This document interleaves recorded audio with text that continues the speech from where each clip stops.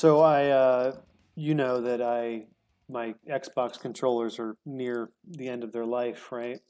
Well, I've been Yeah. scouring the interweb looking for a reasonable replacement, and I don't know if you have this issue, but I just can't seem to choose something because I know the way I operate. Hold on a second. Don't make a joke. Don't make a joke. You just don't. The way I operate with buying things is I usually use things until they're dead, they're gone, and I know I'm going to have this controller for as long as it'll last. And that's not that's no bragging thing. If anything, it's a flaw of mine because like I've got all this weak stuff that doesn't work very. It's not optimal, right? And you know, it doesn't really cause me any issues until I people are using things or coming over using cups with little chips. It doesn't matter, whatever. The point I'm trying to get at is I don't know what's reliable in terms of an affordable like backup controller, like a secondary third party, third market, or again third Reliable. market. Well, I mean, I'm not Buy an looking. Xbox controller. But why buy an Xbox controller if I can get something with that's cheaper, looks cooler, and I might even have like more functionality?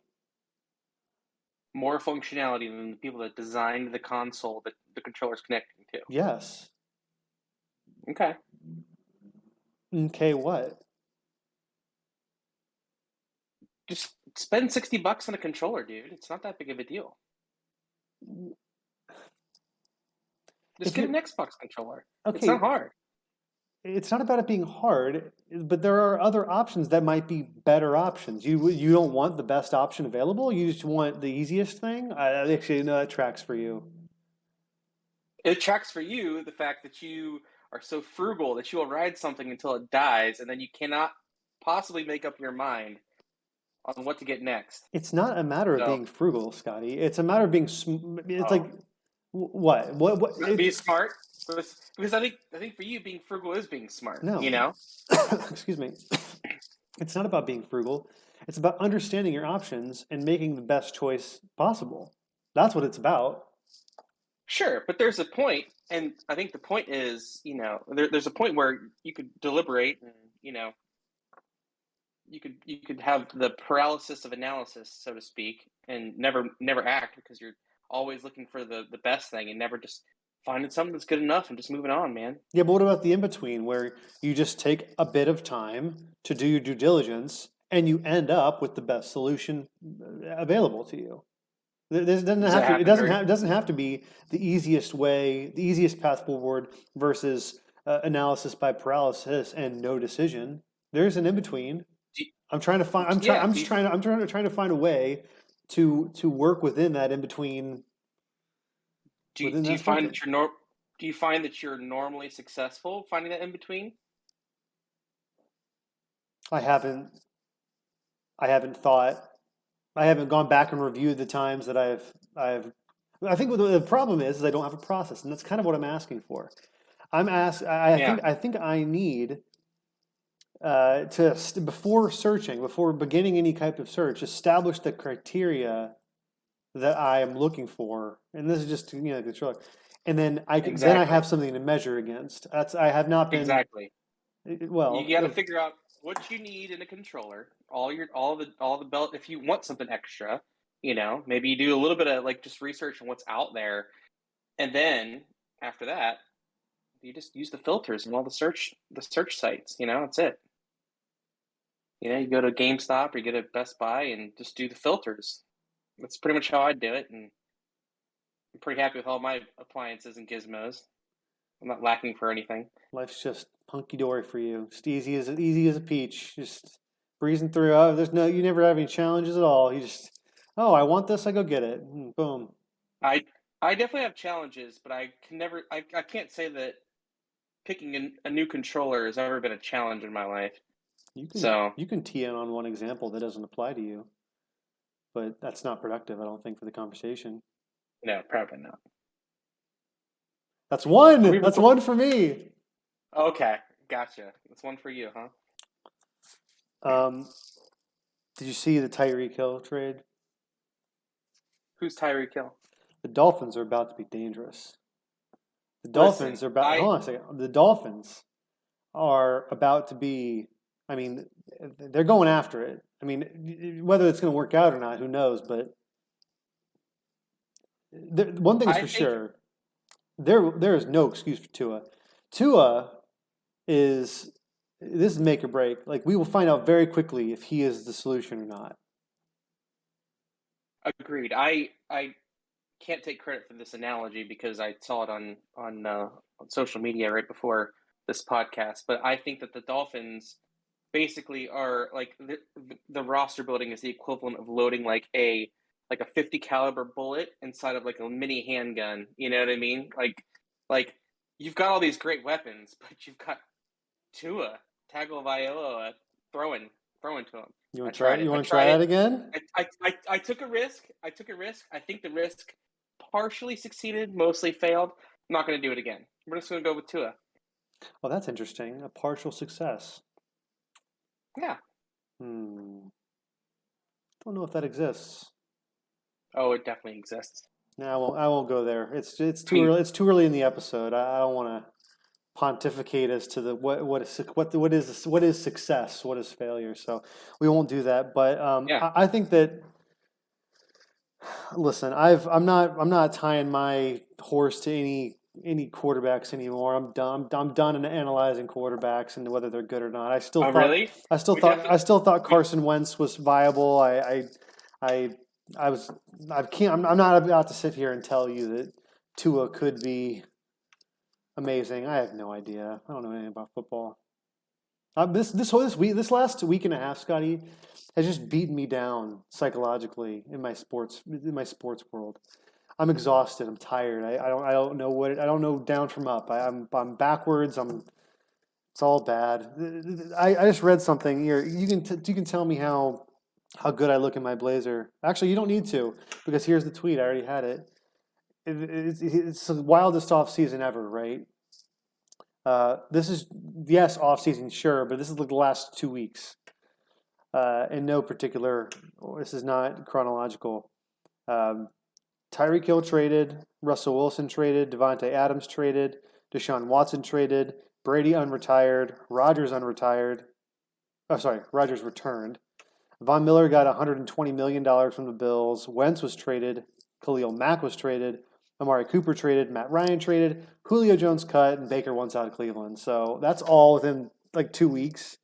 And we've only like even last week we only talked about like a handful of those things, and it's just too much. But it's just been a wild This is, ride.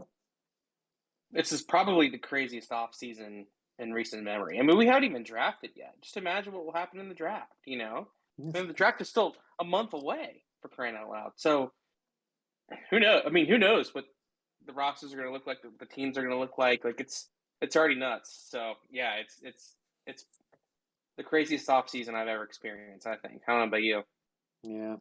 but Just we have what we have. I mean, I know that this is crazy.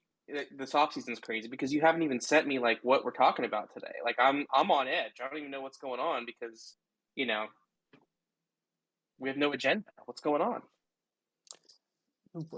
I do have a job. I mean, I do have we do this once a We both week. have jobs. That's why you're wearing the blazer. You're not wearing the blazer for the show. You don't know that. You didn't ask. But also, your name is on the logo too, buddy. You could help me set the agenda every once in a while. That'd be nice, wouldn't it? Oh, I thought there was only really one topic that needs to be talked about today, and There's not. that's There's many. There's many topics. So let's just all right. for the All right. listener and viewer, let's just say that Tyreek Hill hours ago was traded from Kansas City to the Dolphins for I think a combination of like 5 or 6 draft picks. And also Tyreek Hill got a big, I think it's like $120 million contract over, I think so. I don't know, it's 4 maybe 5 years, but he's the highest paid wide receiver now. He saw that Devontae Adams trade to Oakland or to Las Vegas and was like, okay, well, I'm going to get me some cash too. I don't, for Is it, it? Do you find it interesting that these elite receivers are choosing to take money over being with an elite quarterback? Like Tyreek Hill goes to Miami for all this money, and Devontae Adams goes to Oakland or Las Vegas. Like I don't know. Like I mean, yeah, money obviously is a big deal, but you'd think they're basically asking to be traded away from teams that have a better quarterback and a greater chance for team success to get those Benjamins. You know what I mean? So I can't fault them, but I just find that interesting that you know the money is winning out over being with an established quarterback. Don't you think that's a little odd? Um, I don't find it that odd because money's always been the number one motivator. I mean, especially when you get to like these star type, high profile, you know, people. It's not like you also have to remember Tyreek Hill already has a Super Bowl. He's already been a champion. So like maybe that's not what he's motivated by now. He saw an opportunity Potentially. to get the biggest contracts in terms of dollar amount that he possibly could, and he jumped for it. Devontae Adams. So here's another thing about that. So the one thing in common between those two players is they were on teams with arguably two of the best quarterbacks playing today that also have massive contracts and the team has massive amount of investment in those guys. So you have to fill out a roster, and you have these two players that are looking for that are also again arguably the top two best wide receivers in the game. I mean, it's not surprising. It's not all that surprising that these teams just see an easier path with having more money to take care of other areas in the roster as opposed to putting two huge stakes in the ground with these giant contracts at two positions for two players. So it's not all that surprising, but I didn't see them coming at the same time. So I guess I have to be Right. kind of surprised. Um, Yeah. I mean I agree that the definitely cap space is a big proponent to it, but I don't know. And again, I'm not any of these people. I've never been in this position to be paid millions of dollars, but you'd think the money that you get from endorsements, from notoriety on being a successful team on a Super Bowl winning team might outweigh the extra money you might make playing down in Miami and maybe not doing a whole lot in Miami, or maybe just kind of meddling around in Las Vegas. I mean, the thing is that like they're cashing in. They're both cashing in on big success now. But if you're a wide receiver and you play on you could be the best wide receiver in the entire country. But if you play on a team with a bad quarterback, no one's gonna ever know. You know what I mean? Like you might just go off into okay, obscurity. okay, It's a fine. different type of position. That's fine. But if you're talking about sponsorships and other revenue making opportunities, I don't know. Aside from the national superstars and international superstars that everybody, the household names, Brady, LeBron, Woods, Curry, those type of people. Outside of those people, I mean, I think a lot. I'm throwing this out there. I don't know this for sure, but my assumption is that the sponsorship and like naming rights and what not naming rights, that's not the right phrase, but all of those opportunities are still absolutely available to them in their local markets, and some of these markets are big. I mean, Miami's a big market. Vegas is there's tons of money in Vegas. So like think about like we're in Pittsburgh, so I mean think about like Jerome Bettis and all of the Pittsburgh players that have just been around and on things. I mean, that has some staying power in and of itself. And I know that partially you need to be great to get some of those over like a long period of time. But like right now, I wouldn't be surprised if right now Devontae Adams is a big splash contract in Vegas. He's getting all that money from that contract. Well, he's now new in Vegas, so all the people in Vegas are probably going to be reaching out to him and signing him For right for now. well, that's fine. Well, For right yeah, now. yeah, for right now. But how much? But how long do? What if you bake in? Okay, he gets a sponsorship deal with MGM. What I mean, it's completely feasible that he gets like a 5 year sponsorship deal with them. Like, there's only so much money that these guys like. It's not like they're trying to like. I would imagine if it were me, and it's not me, and it never will be me. But I think there's a higher likelihood of maxing out your revenue opportunities the way they're doing it now than trying to be the next Jerry Rice or trying to be the next, who's the best wide receiver of all time. I mean, you know what I'm saying? So I don't think that even might seem a little too like lofty of a financial goal than what they're thinking of. I mean, listen, they're getting paid for football and all this guaranteed money being thrown around now. Crazy. I don't know that that's, and especially like a guy like Tyreek Hill that's already won. He's already been a champion. He doesn't need to cross that off his list again. And again, Right. and also Well, Tyreek Hill never will whoa, be. whoa, whoa, whoa, hold on. So you mean to tell me that someone like Tyreek Hill, he won a Super Bowl? Like, but you're talking about like athletes that are like the pinnacle of competition of being the best of the best of the best. You mean he's got no desire to win a Super Bowl ever again? Like he's not like that's not a main focus. Like you've won one, like you know what, the whole Super Bowl thing, I'm good. I'll run around for 17 games and call it an off season and collect my paycheck. You really think people will be like I mean, that? I'm not claiming that all of a sudden now he will have no motivation to play well. I'm just saying when you're choosing a place to work and a contract that works for you, if you've already been a Super Bowl winning champion, sorry for the little I think they're cheering for me. Actually, I think that's what's happening. Little, Clearly. um, I think that it's not like you can be in a different spot than say like a Joe Thomas, who never did. But Joe Thomas had the opportunity. I just saw. Okay, hold on a second. I just saw you roll your eyes, and you don't even know what I'm about to say. You just heard me say Joe Thomas, one of the best Browns offensive linemen in history, and you just rolled your eyes for no reason. You are something else, man. You're yeah. What I was going to Go say on. was thank you. Oh, thank you for letting me continue. What I was going to say is that Joe Thomas had the opportunity. There were legitimate deals put in front of him to leave Cleveland and go play for Peyton Manning's Broncos and potentially win a Super Bowl. And I don't know what the financials were, but a guy like Joe Thomas, who's already had one or two big contracts, he's made the money he's going to make. He's at the tail end of his career. A guy like him would, in a different spot than where maybe a Tyreek Hill is right now, might say, you know what? I've been at the top of my profession for a decade now. I want to go compete to win a championship. I want to cross it off my list. I'm going to take, maybe it's not a restructured deal, maybe it's less money, whatever it is. I'm going to go over there because they've got a chance to win now.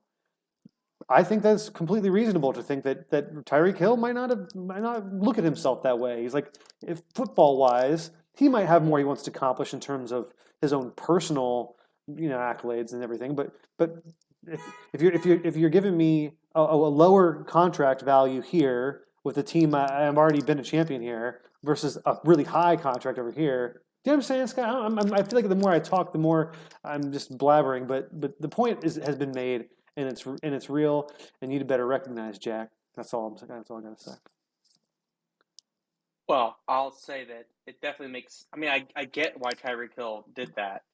I think Joe Thomas made a huge mistake in not going to the Broncos and getting a Super Bowl ring and getting more famous because Disagree. people outside of Cleveland would know who he actually is if he had done that. Now Oh. he'll be a Cleveland legend, but being a Cleveland legend is like, I mean, cool. You're known and Okay, think about it this you're way, Scotty. known. I'm gonna cut you off. Think about it this way. Joe Thomas, at the end, when he decided to retire, even just before he decided to retire, he knew he was a lifelong Brown. He worked his tail off. He never missed a game, barely missed any snaps even. He knew that no matter what, no matter what age he is, no matter whatever's going on in his life, he knew he would have opportunities to just make money in Cleveland by being Joe Thomas. Whether it's radio, TV appearances, restaurant, it doesn't matter. Joe Thomas can do no wrong in the city of Cleveland. I don't think this would have gone into his decision making, but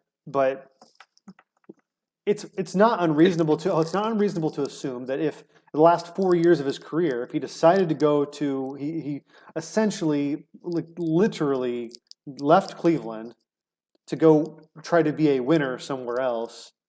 That, I mean, it wouldn't have damaged the fan base because I am a part of that fan base, and that wouldn't have hurt It his wouldn't have. reputation at all. He had done, It wouldn't have hurt him at if all. anything, we would have understood completely. But there are You'd have been excited for him. You would have thought that, hey, you know what? We kind of won something too. In fact, no, no, no, that's no, what would no, have no, happened. no, no, Yeah, no, I think no. so. Okay, well, no, I wouldn't have felt that way.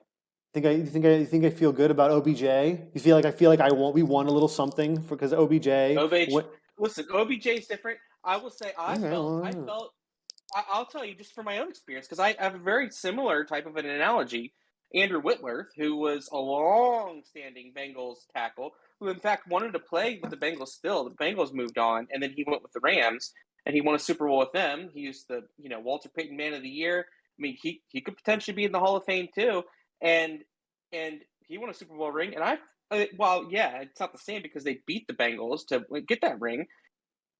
I feel good that he did that. Like, it makes me happy that he got a ring. He got some success. And you would feel just as good about Joe Thomas getting some success. And you'd feel like, So the Super hey, Bowl was win-win for you. Is that what you're saying?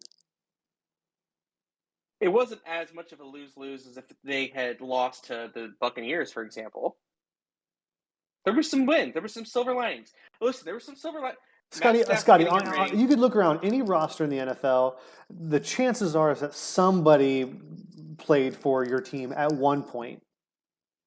No. If you look down the whole roster, that's not the same analogy because someone who has been on the team at one point, it's not the same thing. I mean, Andrew Whitworth was the left tackle for 12 years for the Bengals, 10 years. He was like a stalwart. He was the Joe Thomas of the Bengals because he was great. No one really knew who he was very well, but he was a great left tackle, and he was great. And then he went somewhere else. I mean, it's alignment. That's what they do.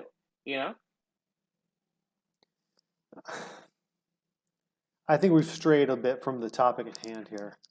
We have. All I'm saying is that Tyreek and Devontae got paid, and Good for them. they went to two teams within the AFC that of all the good quarterback teams. I think this is just kind of your point. All the good quarterback teams, they chose Tua and Derek Carr. So right, they went from MVP quarterbacks to Tua and Derek Carr. Transition. Yeah. Well, I mean, you want to talk about it? I don't know. I don't know how to segue into this properly. Well, we have to talk about it. Can you remind me where things were when we last podcasted with the Browns, and Deshaun Watson, and Baker Mayfield? Like, where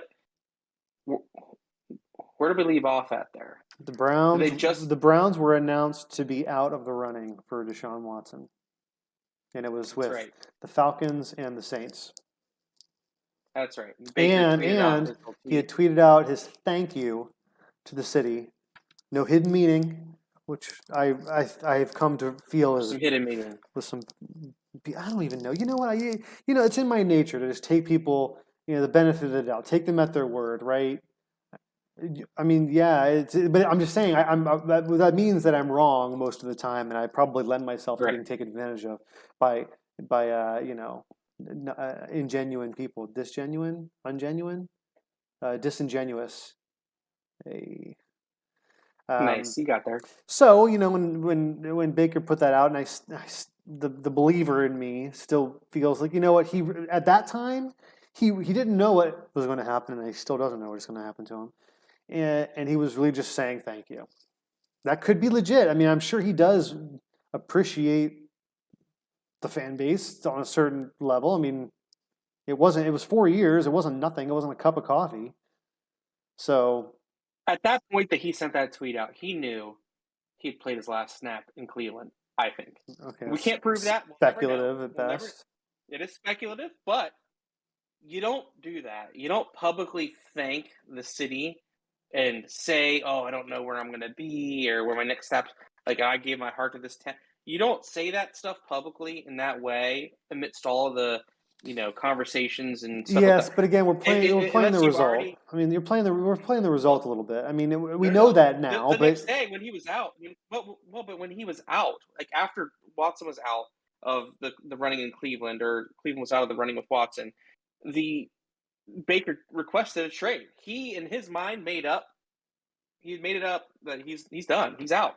yeah, That's it. we've seen we've seen people request trades, and then you talk to the owners, and then you work it You don't out. request a trade unless you have basically said, "I don't want to be a part of this organization anymore." That's fine, Otherwise, why would you Scotty. make the request? That's fine, Scotty. But like a year or two ago, David Njoku requested a trade, and the GM Andrew Berry talked him out of it. And now they franchise tagged him. They're probably going to sign him to an extension. It's like I'm just saying we have seen it be done, and we've seen it with this team be done. So it wasn't out of the realm of possibility for them to work it out. But it did. Well, tell the people what happened, Scott. Update them, refresh them.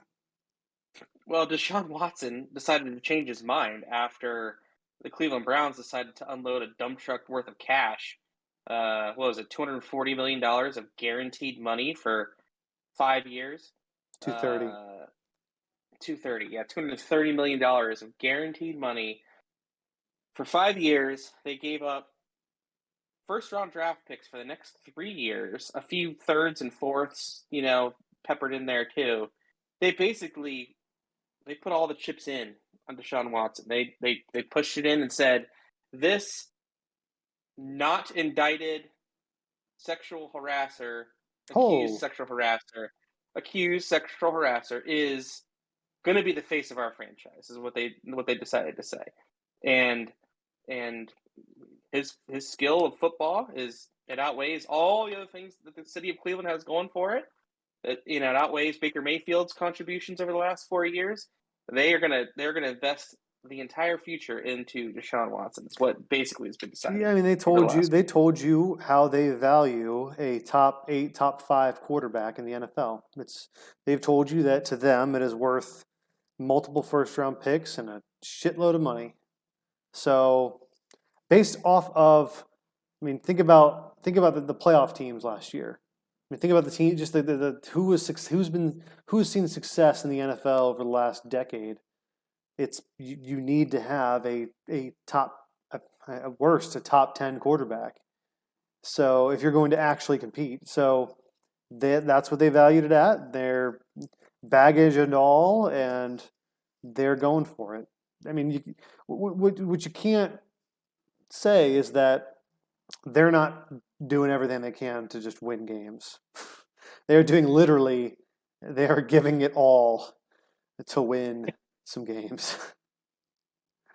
Oh, Well, let's hope that they do, because if they don't win a whole lot of games, I mean, what was Deshaun Watson's record in Texas his last season there? Was it like 4-12 or something like that? well, it was 4-12, but actually, I mean, you do the research you have to do. I've gone back over the last week and and watched recaps of like the last 10 years for the Texans organizations, what moves they've made, who's Watch been the in tape. control.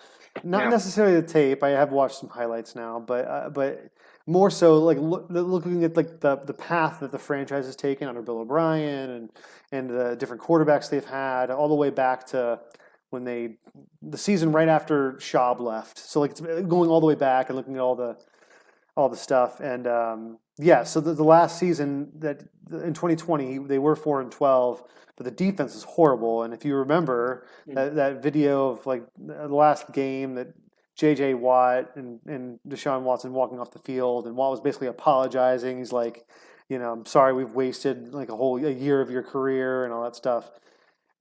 Deshaun Watson's numbers that year, though, although they were 4-12, he was like I think close to 5,000 yard passer. He was like, it was like a three to Great one. stats. Well, right. So whatever. The offense wasn't necessarily the problem, but yes, they were losing. But the two seasons before that, they were 11-5. So it's like he is a proven commodity, whereas a Baker Mayfield is not yet proven. He's had two good seasons, two really bad seasons, and mixed into all those good and bad seasons were a lot of extraneous circumstances that just raise way more question marks than I think that anybody whose job's on the line is willing to handle. And that's obviously how they feel. What I want to talk to you about, Scotty, is and I know this is really big news, and this might be one of the only things we talk about today, but we talked about the four different outcomes for the Browns in terms of where moving forward. And really, how you put it was in terms of I don't know, most people keeping their jobs in terms of that perspective. There's really only one situation where that happens. So it's like the two quadrants are they win, and isn't it Deshaun plays well? So like if you There's an axis line, right? yeah, There's they win and they on lose, the top and bottom, Desha- yeah. So on top and bottom, and then Deshaun, is a good person, and all the charges are, not a big deal, and it was all fabricated, and he's actually fine. Or Deshaun Watson's a scumbag, And out of those all those four categories where they win and he's a good person, or they win and he's a bad person, they lose and he's a good person, and they lose and he's a bad person. There's only one thing that works out well for the Browns, and if they win and he's a good person, because if they lose and he's a good person, guess what? You still spent the farm on a just not a good quarterback. Or if they win and he's a bad person, they lose, he's a bad person. It's nightmare, because he's a horrible human being, and you have to get behind someone like that. well, Just doesn't. I think where you sit matters what box you care about, because if you are the team, if you're on the team or in charge of the team, you don't care as long as they win. Obviously, they've proven that they don't care as long as they win games. So either one of there are two outcomes. 50, I mean, I don't know, 50% chance, but like there are two outcomes that they're okay with. They'll keep their jobs. The team will move forward, whatever. But as a fan, there's really only one option that you want, and there's another option that's more problematic. Well, it's not more problematic.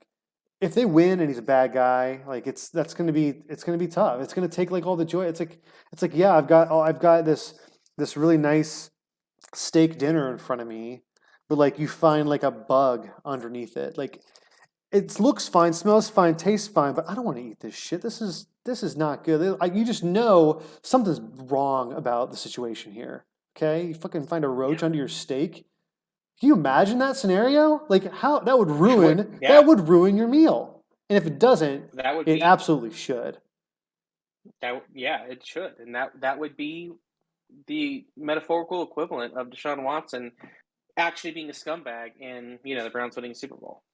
It would be, but the most Browns way for things to go is he's a great guy. He's actually a saint, but he comes back and sucks. And they just after two seasons are like, oh my gosh, what the hell did we do? Like this is bad, and it's a rebuild all over again. And you caught a bunch of shame that not serious football fans will just remember in the back of their mind. They won't know the details. They won't really care if like it comes out and he's like actually a fine guy. They'll just all know that he's maybe once had some bad stuff, and the Browns are still losers. So There's a 25% chance that this works out perfectly for you guys. do you know those are higher odds than I would have ever expected.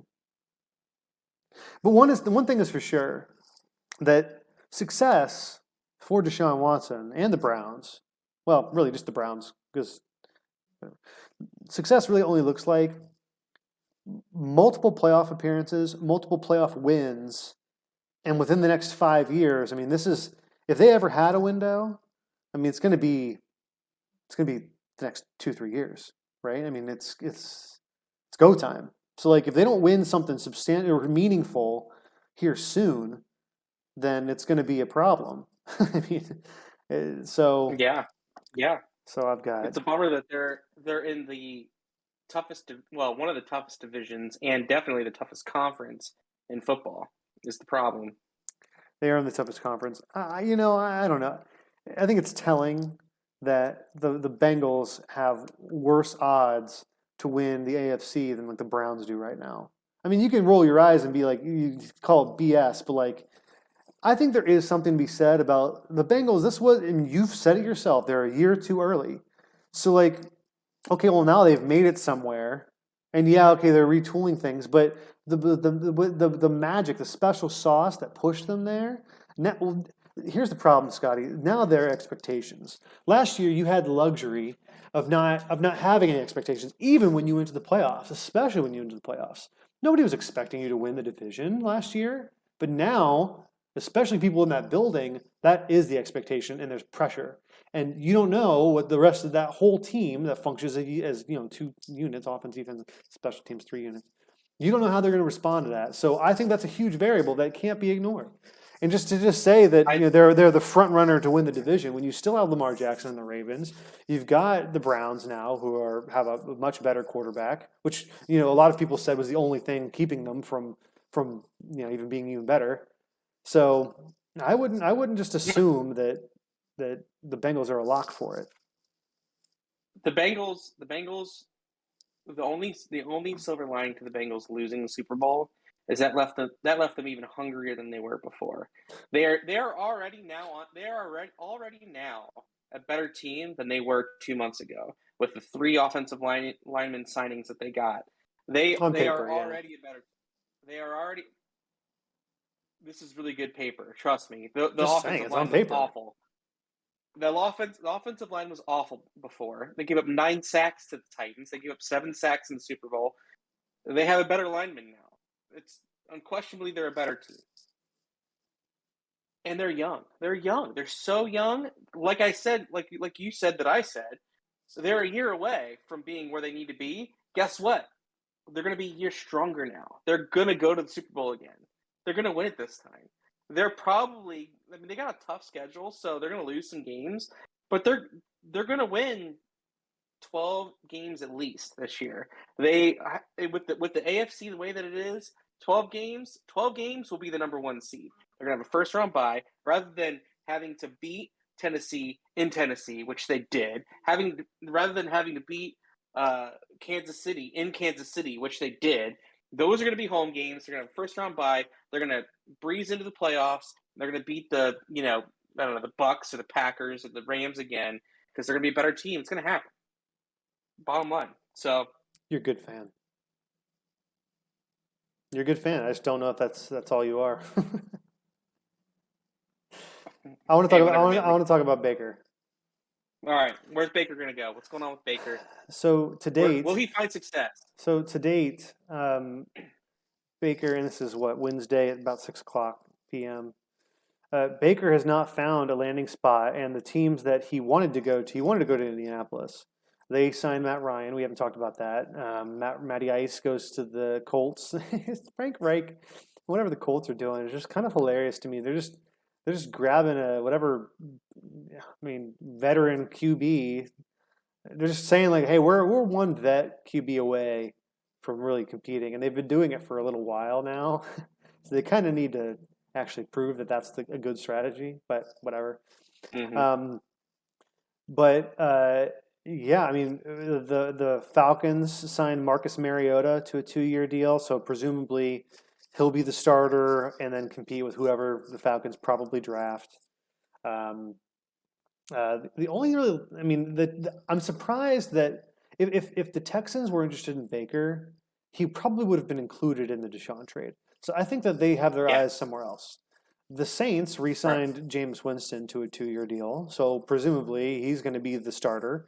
I don't even know if they're going to draft anybody right away because he played well before he got injured, and from what it looks like, he's doing well in his recovery. So he might, and he already knows the system, he knows the team, so he might just be a thing there for the next season or two. So the Panthers also, who were interested in Deshaun Watson, came out and said that they're not interested in Baker Mayfield, and I think Baker said mutually. It goes both ways, buddy. So the only real landing spot that is still out there is Seattle. And I don't think I mentioned it last time, but maybe I did. I think Seattle with Baker and Pete Carroll, even though I think Pete Carroll probably should be on the way out, and that would have happened already. If Pete Carroll wasn't going to be the coach this year, they probably would have already made that move. considering they traded Russell Wilson. It's been months into the offseason now. Usually, head coaches get fired early on. I think that what you're hearing now and the things I didn't believe before that I'm starting to kind of come around to because there's just it makes too much sense with all the reporting in Cleveland is that Baker is like a football rah rah feel of the game type player, right? He's a lot of ego, a lot of he's nobody's calling Baker Mayfield like a technician, right? He's not. He doesn't have the same type of technical game that like say a Peyton Manning does or a Drew Brees does. That's kind of what I think. What I'm from what everything that's being reported is that Stefanski and his type of the offense he wants to run. That's the kind of quarterback that he's hoping for.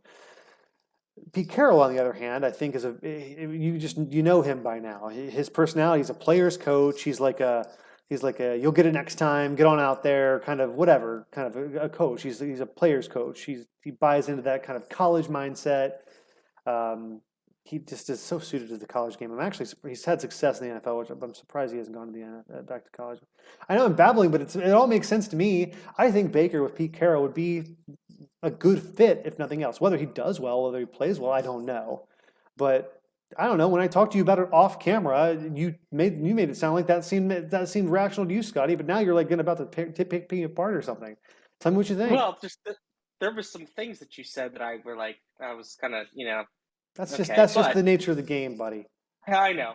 I mean I agree that Baker might be a fit for a very temporary 1 to 2 season transition in Seattle.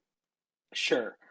You've already said that pretty much every team has not really expressed a lot of interest, maybe other than Seattle, which I don't think anyone's even said that Seattle's expressed interest. So I think that whatever Baker's trade value is, it seems like it's pretty low now because if people were jumping on it, they probably would have moved quick and he would have been, they'll be lucky to get, fourth, fifth round pick for Baker at this point because the Browns just need to offload him and there's no one really biting. So maybe he goes to Seattle and he'll go to Seattle and they'll win maybe 4 or 5 games with him and that's going to be it. He'll be a backup somewhere or he'll be out of the league in 2 or 3 seasons. I mean, it's if he couldn't find success with the Cleveland Hold Browns on a minute. roster they had, he's not going to find success anywhere and he'll be done. He'll be done with football. I don't totally agree with all of that, but I don't. You agree? You said you agree? I don't totally agree with all that. No, I don't. I mean, you Do have you think to keep in mind like the things to the Baker the whole Baker trade. There's more than just whether they think he's good or not. Yes, if Baker was a proven good, even like an average NFL starter, then yeah, teams would have jumped on it. But he's not proven yet because there's so many question marks based on what I talked about, like all the injuries that have happened, the personality stuff, which I don't really buy that much. I mean, I don't believe that he's like a locker room problem, and also he's in the last year of whatever of the contract he is on, so.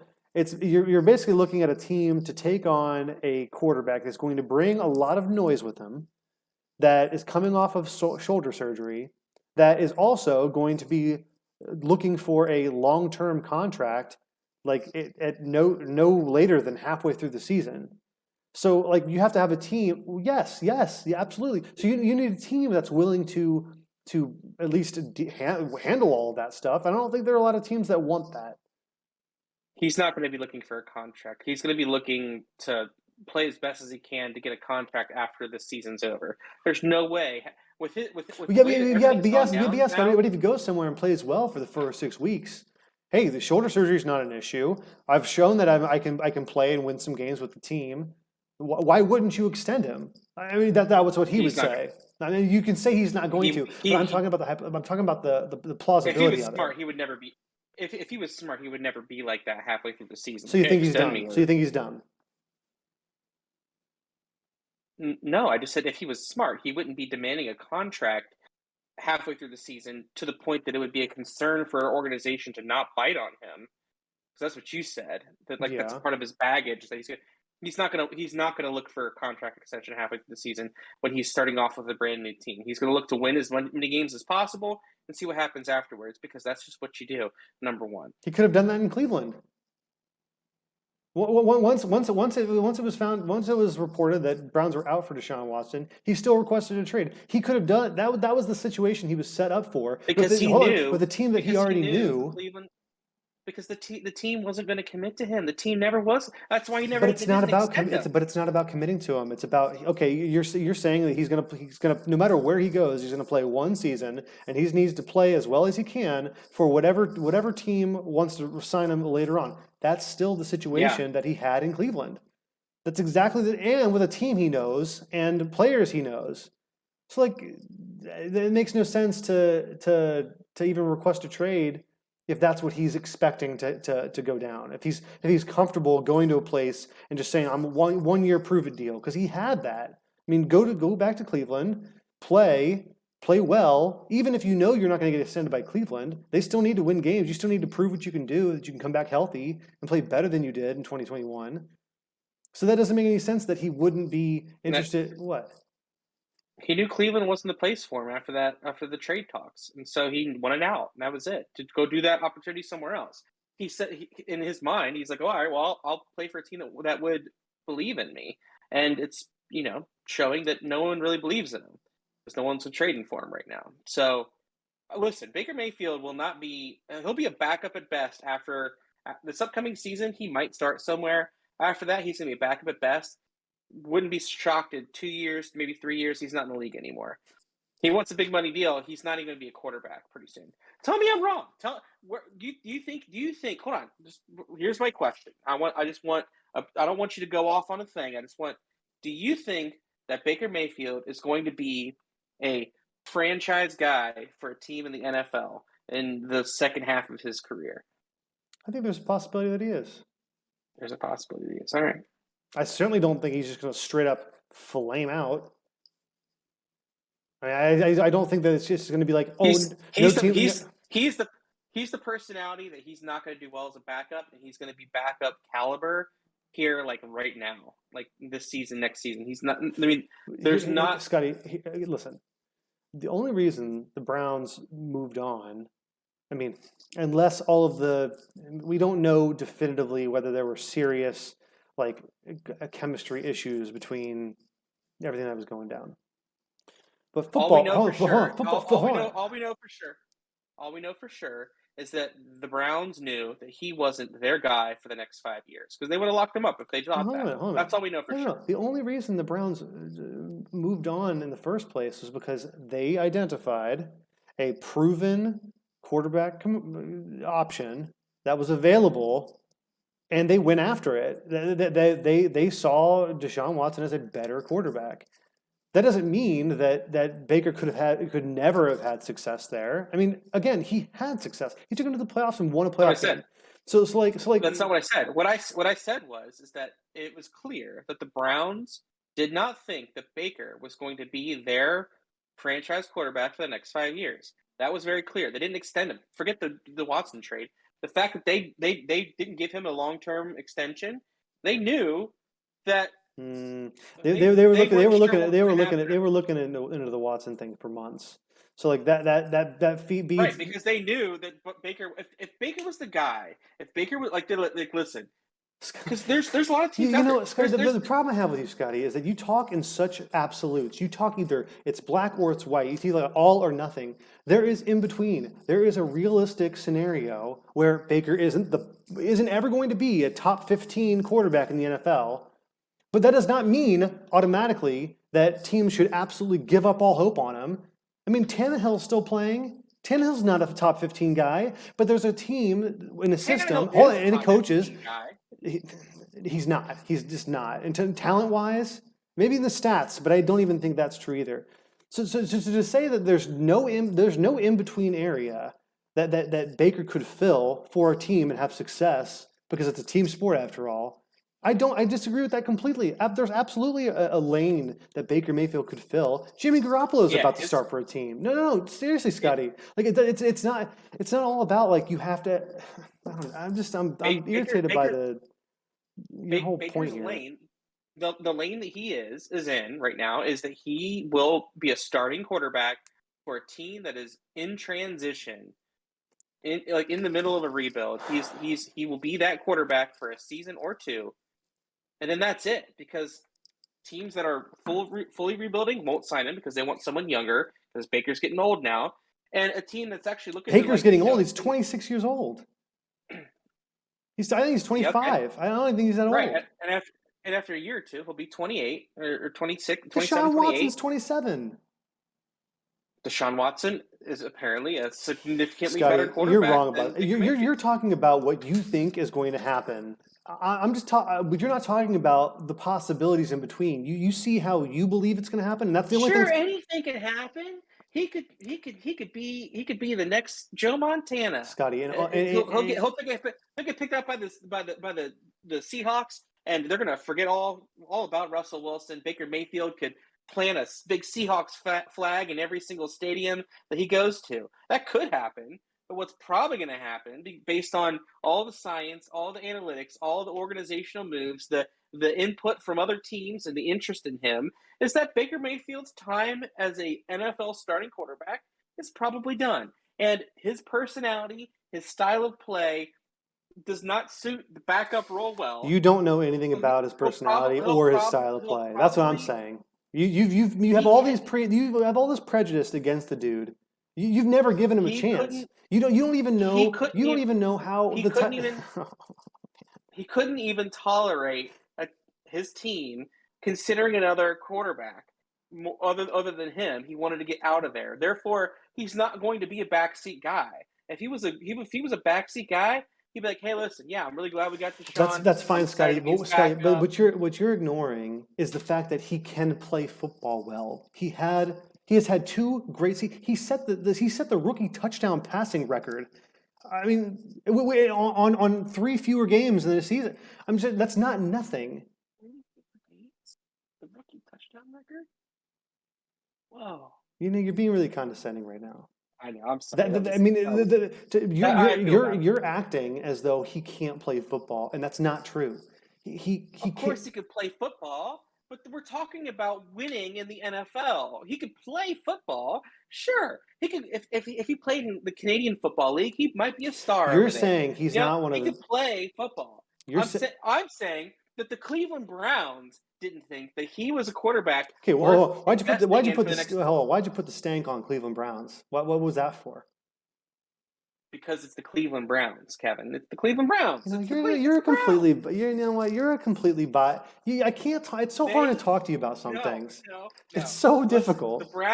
The Browns who have spent the last 25 years in quarterback quagmire has nothing to do with the team of today. A rookie deal.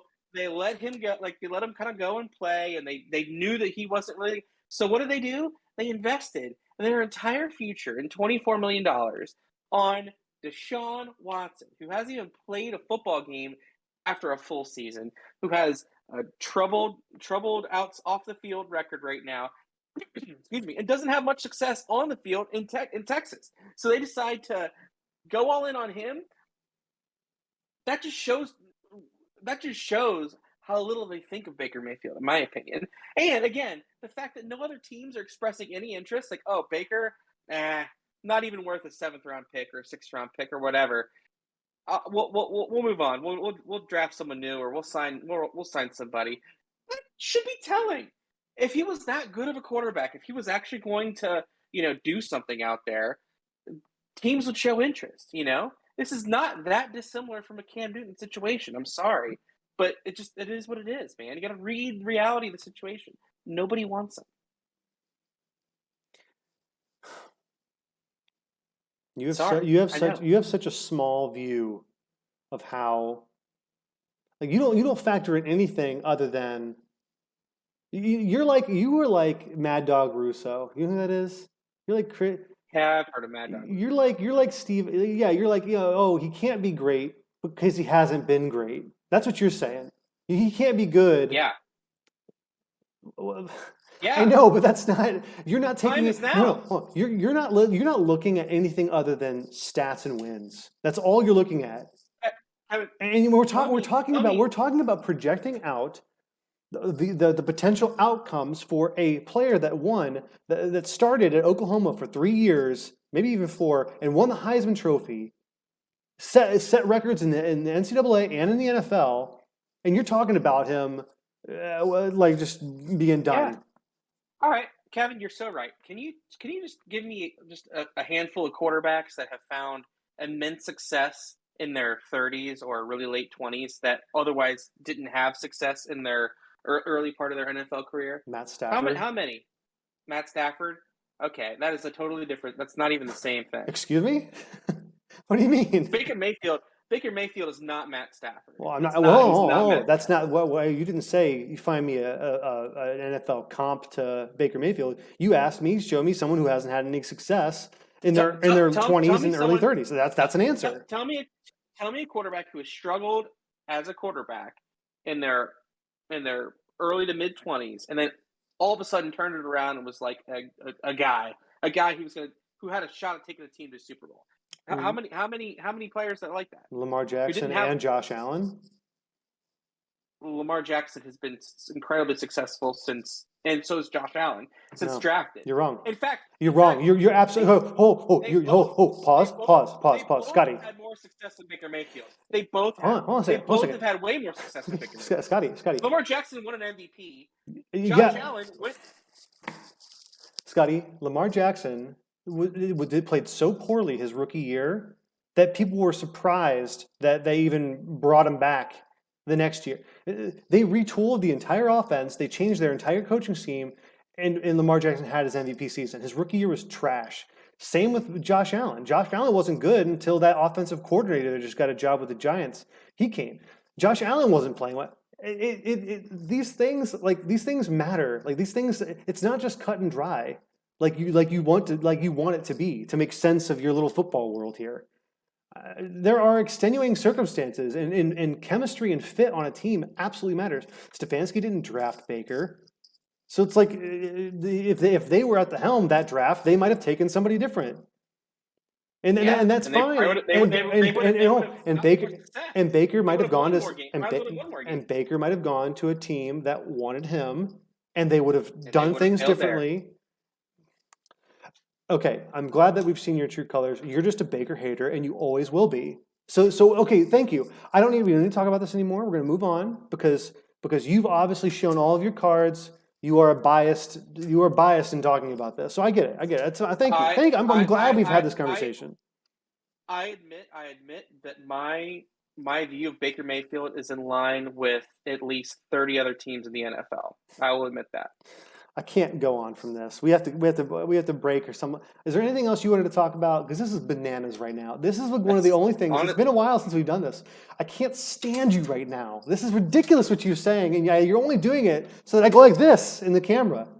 I mean, you're only doing it. You don't believe any of this crap. And if you do believe it, which I believe hope all of it. I do believe it. I believe all of it. And then I'm disappointed in you. I'm disappointed in your ability to apply some critical thinking skills. And to actually weigh multiple different factors that are not just on-field factors. Here's the factors that I've got. Okay. I don't want to even talk about this anymore. I know you can't talk about this in an unbiased way. He's no longer my quarterback. I literally have no more ties to him. No. You do have to. You will be forever tied to Baker Mayfield because you won't let me not be. That's why. No. Because you knew deep down in your heart when he first got drafted, number 1 overall pick, that fateful day back in 2018, you knew that he wasn't the right guy. It took you a long time to convert. You're right. It did take me. No, I won't let you hold on. It did take an 11. So long. No, you're right. It took so long. You're right, Scotty. And so now you can't let go. You can't realize, hey, my original instinct that Baker was not that great of a quarterback. Definitely not worth the number 1 overall pick. Definitely not the best quarterback in that draft. Definitely not the franchise guy that's going to lead him to Super Bowls for the next 10 years.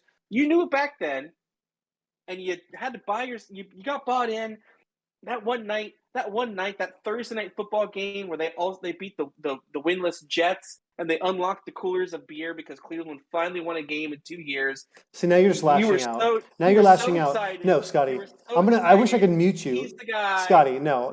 What it took was me seeing an 11-win season and back-to-back games beating the Steelers, one of them being in the playoffs. That's what it took for me to get bought in. Okay, it's actual success. It's not just one game. So you need to check your facts, Jack. Hey, I hate watch your second year quarterback coming off of an ACL injury, take your team to the Super Bowl, and then talk to me about who's got a good quarterback and who's not. I know what I'm feeling. I've seen the light. I know what it's like. I had Andy Dalton, dude. I get it. I know. You're trying to defend the quarterback, but you could see some promise in him. Okay. You know that. Okay, with all due respect, Scotty, I've got much more experience. Andy Dalton played on his team, and he was the guy longer than Baker Mayfield was. With all due respect, Scotty, I've got a lot more experience in convincing myself to like quarterbacks. Okay, so a little respect. Okay, respect. I'm done with this shit. I can't handle you right now. You are so loud wrong. You can't handle the truth. No. It's not the truth. It's not the truth at all. You've omitted the truth. Right, so we have to. You've omitted facts. You've omitted stats. You've omitted, non-football related factor. You've omitted all kinds of stuff. We have to settle this now, and with some type of a bet or wager or whatever or prediction that we have to hold ourselves to. And I would like to stake that in the ground by saying, what? Not this upcoming season, not the next season. So 22, 20. So the beginning of the season, 2024, Baker Mayfield is not a starting quarterback in the NFL. Done. 2024? Yeah. 2024, Baker Mayfield, not a starting quarterback. You picked the stakes, and I'm in. Yeah, I'll take that deal. Okay. Screw you, man. I'm out of here. This is enough. This is enough for one day. I had things planned. I'm going to be all out of whack. My psyche's shot. You're just going to go have a bowl of spaghetti and forget about the world. I have to live with this crap, okay? Bengals suck. Yeah. Hey, at least we have a better city than Cincinnati. Okay, bye. AFC champs. Fuck you, Scott.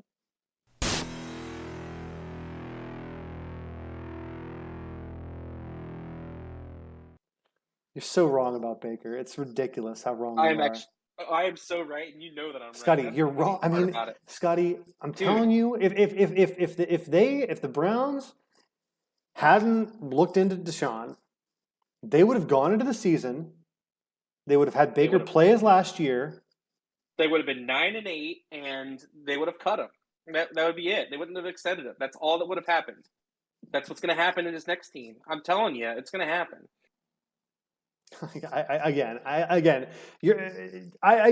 What bothers me is your refusal to even factor in anything other than anything else. Scott, no. Sorry. You're not giving any facts, you're not giving any reason as to why he won't be successful. No. You're not giving any reason as to why he won't have success. You're just saying he won't, flatly. He won't. And you're not telling me why. You got to tell me why. Because he's an arrogant guy? There's plenty of arrogant. You think Tom Brady's not arrogant? I told you. Okay. I told you why.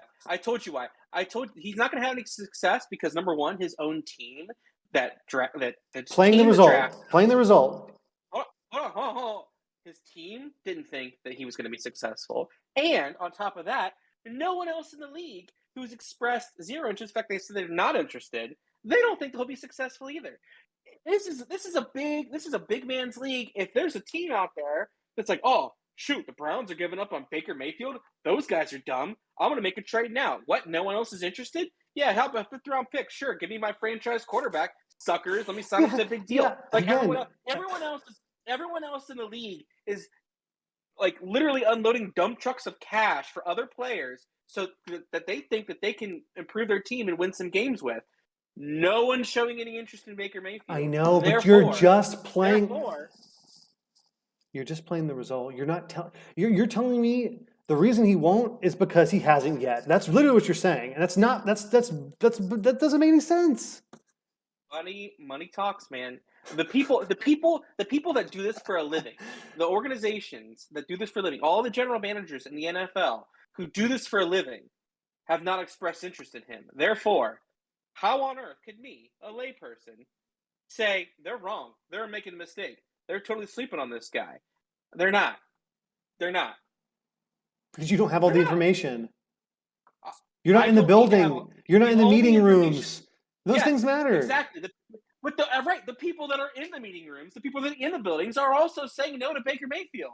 Like those are the people that are saying no to him. You don't. But what you don't I'm know. just observing. What you don't I'm know. observing. What you don't know is whether they were saying no to Baker or just saying yes to Deshaun. That's the difference. Okay. And yeah, okay, fine. Teams aren't climbing over themselves to get Baker, but there are extenuating circumstances for that. There are reasons to explain that behavior. You're just saying that because there's no interest that he'll never have interest, and it doesn't make any. It doesn't seem reasonable to think that way. Oh, it is reasonable. It's totally reasonable. I'm so reasonable. I'm the most reasonable. I'm more reasonable than anybody's ever been. The fact that you couldn't even see that it's reasonable just shows your own bias. Because I think an objective. I just believe in people, Scotty. I could be wrong, but that doesn't mean that I'm not reasonable. I feel like I'm just as reasonable as, like I said, 30 other teams in the NFL that are like not wanting to take part in the Baker sweepstakes because they're happier with the situation they've got. That's it. That's all it is. I gotta go, man. All right. It's been fun talking to you. Screw off. Bye. Bye.